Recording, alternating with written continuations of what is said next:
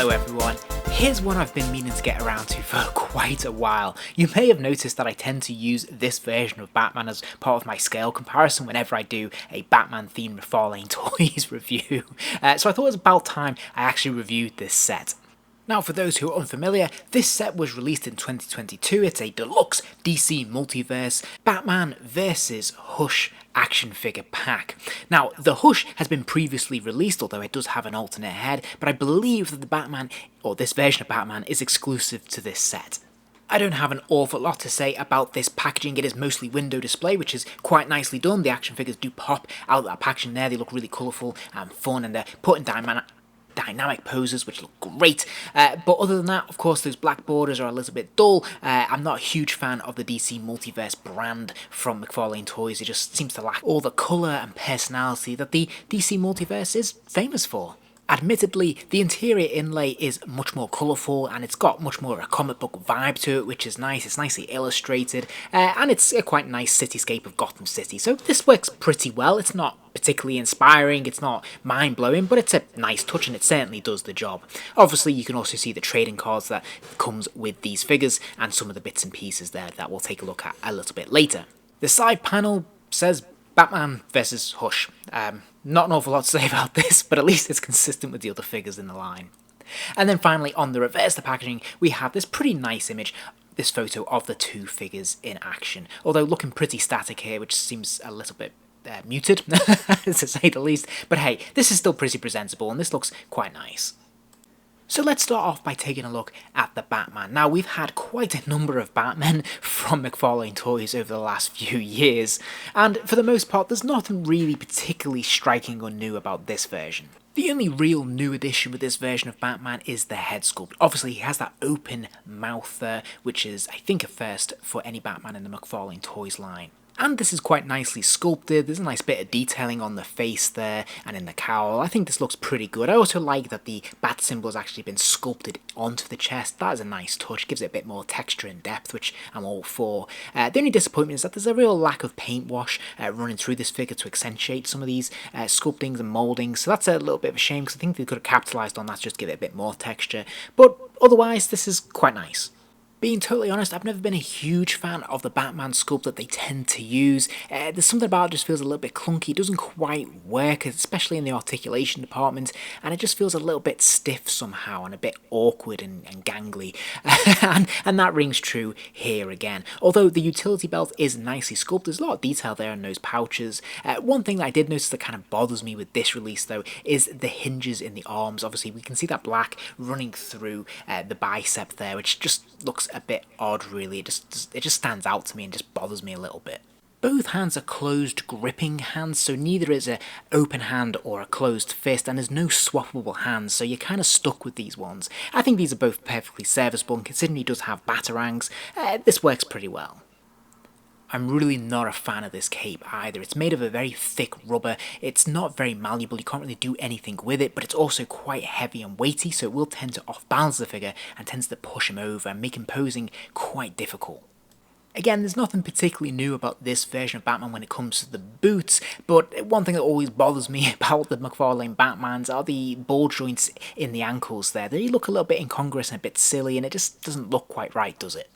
Articulation-wise, there's a ball joint in the neck that allows the head to move from side to side, turn from side to side, and of course, bend forwards and backwards. There's a ball joint in the shoulder, so the arms lift all the way up and out, and that's pretty healthy, I have to say. There is a complementary bicep swivel there as well, and of course, double joints at the elbows, allowing that lower forearm to reach all the way back to the head there, which is great. Now, as you can see, there's ball joints in the wrists there, so the hands will rotate all the way around and they'll hinge forwards and backwards. There's actually also a butterfly wing joint very subtly there in the top of the shoulder, which allows the arms to just get that little bit extra reach, which is very helpful.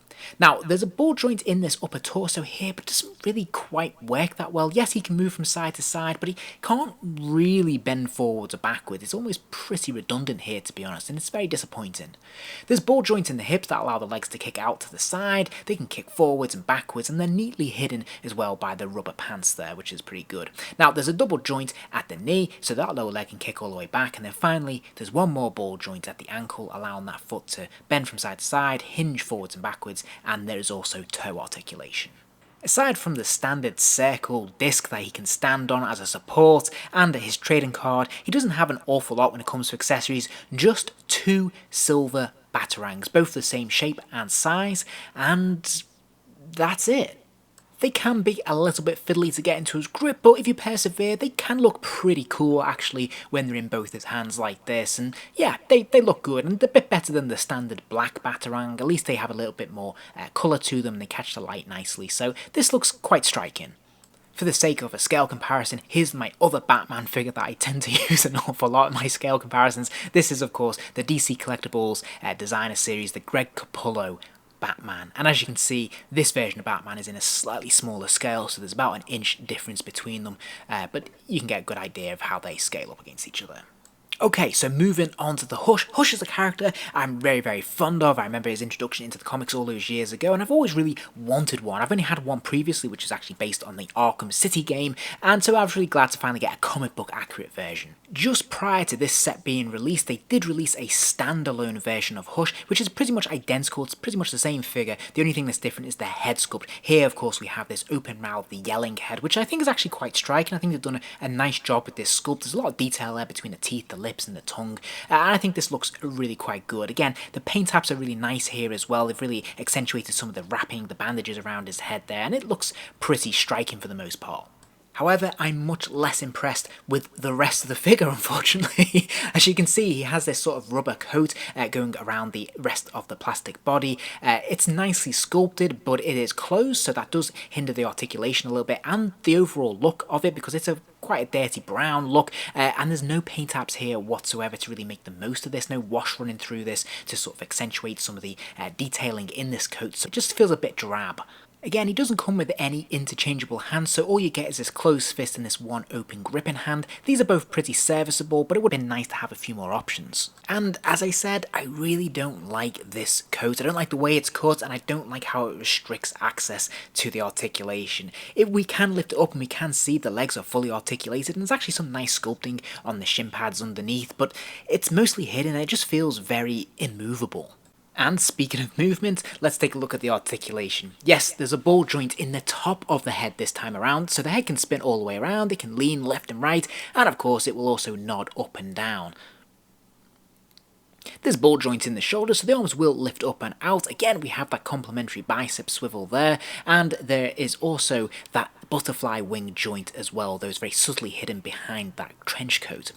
There's a double joint in the elbow, so the arms will lean all the way back, and of course there is a pin swivel at the wrist there, so that fist will rotate all the way around, and it will also hinge forwards and backwards.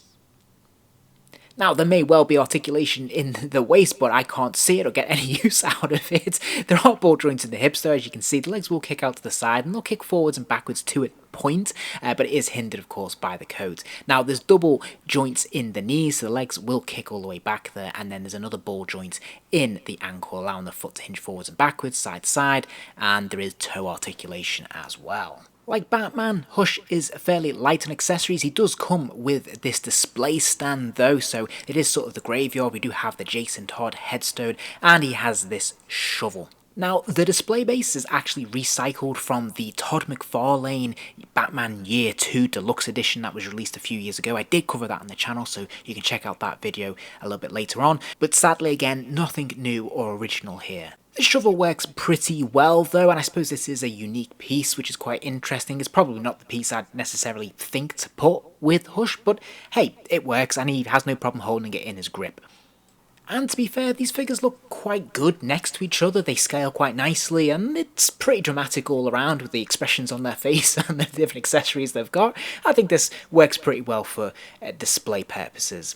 All in all though, I'm only going to give it 3 stars because there's just something incredibly underwhelming about this set. The colouring is very muted and dark. There's not really much in the way of paint apps to really accentuate some of the sculpting. I feel like the articulation is quite limited across the board really. Even with Batman, that torso, it's very visible, but you don't really get an awful lot out of it, so that feels a bit disappointing. And overall, there's just something I feel a little bit lacklustre, a little bit clunky about it, and a bit underwhelming.